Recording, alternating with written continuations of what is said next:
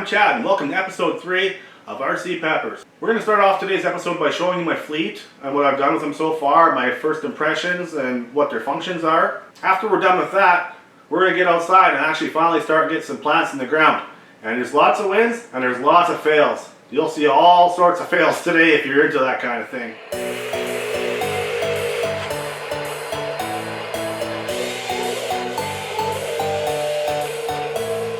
The HUINA 583 loader enters the market at a price point of around 400 Canadian dollars with an all-metal construction, real rubber wheels, and buttons to turn lights and sounds on and off. It's a very strong and capable machine and overall a great product. What I don't like about this loader is its slow turning capability and that it comes with play in the bucket in the factory. I found a fix on YouTube and used a piece of steel rod to replace the existing linkage, and it fixed the problem. The HUINA 1573 dump truck has a price point of around 150 Canadian dollars. It has all-metal construction and a great look to it. It has buttons to turn the lights and sounds on and off, and for what you pay for this, it's actually a pretty good value. What I don't like about it is that it has hard rubber wheels, which affects the traction noticeably. Their replacement wheels are available online. I'll be changing mine over to season and we'll see the results together. Another problem with the 1573 is it doesn't lift the box high enough to dump the payload all the time, but there's fixes for this on YouTube as well.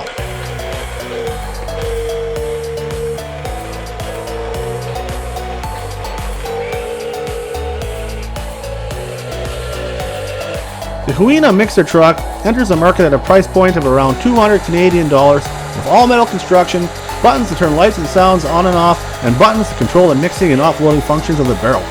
It suffers from the same lousy wheels as the 1573 dump truck, but overall a great product. The HUINA 1572 crane has a price point of around 150 Canadian dollars, a metal body, and it's a good looking piece of equipment. It has winch up and down functions and boom in and out functions as well. It ships with a little rectangular block to play around with. I think it's great value for what it does. Only downside is it can't rotate a full 360 degrees, so keep that in mind.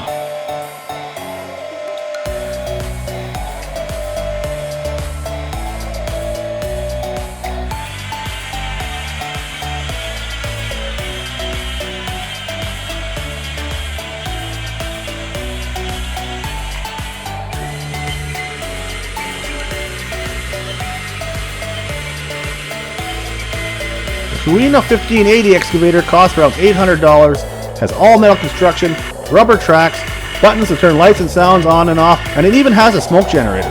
It also ships with a grappler attachment as well as a jackhammer that really works. It even has full 360 degree movement. It's a great machine and overall great product. There's nothing negative I can say about it except that it seems tired after all the digging I've used it for in the garden. I'm contemplating shipping it away over the summer to have it converted over to full hydraulic. If any of you guys have any input on this, please share in the comments.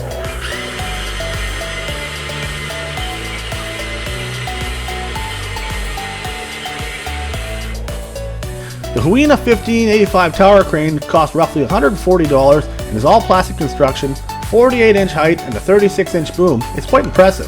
The crane rotates, has winch up and down functions, and has the ability to travel back and forth across the boom. It also has switches to turn the lights and sound on or off, and ships with the same rectangular block as the 1572 crane. A cool toy, but its rotation speed is way too fast, which limits its ability to be used in delicate tasks. The lowboy hauler. This thing costs around $120 and I'll show you everything about it right now. So today's May 29th.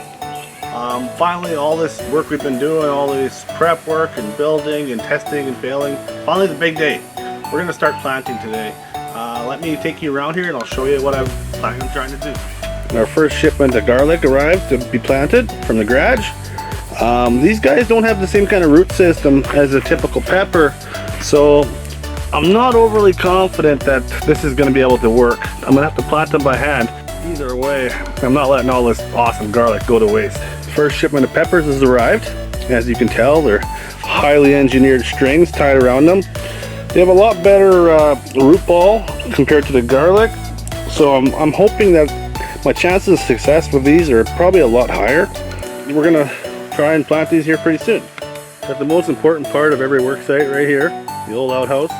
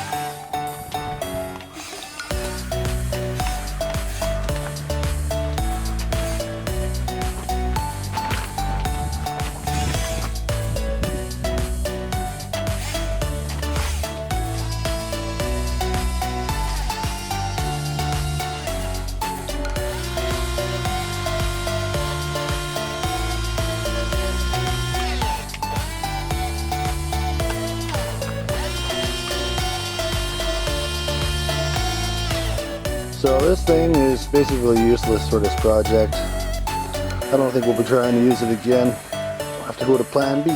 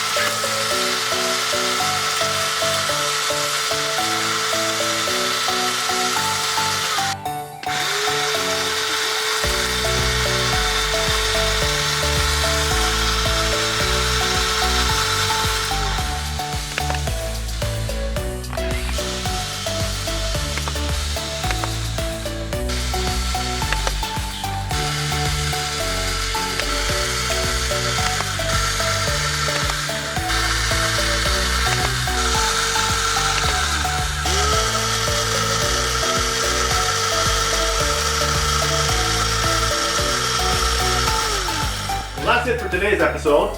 If you enjoyed it, hit the like button. Leave me a note in the comments what you think. And if you haven't done so yet, hit subscribe. See you again next time.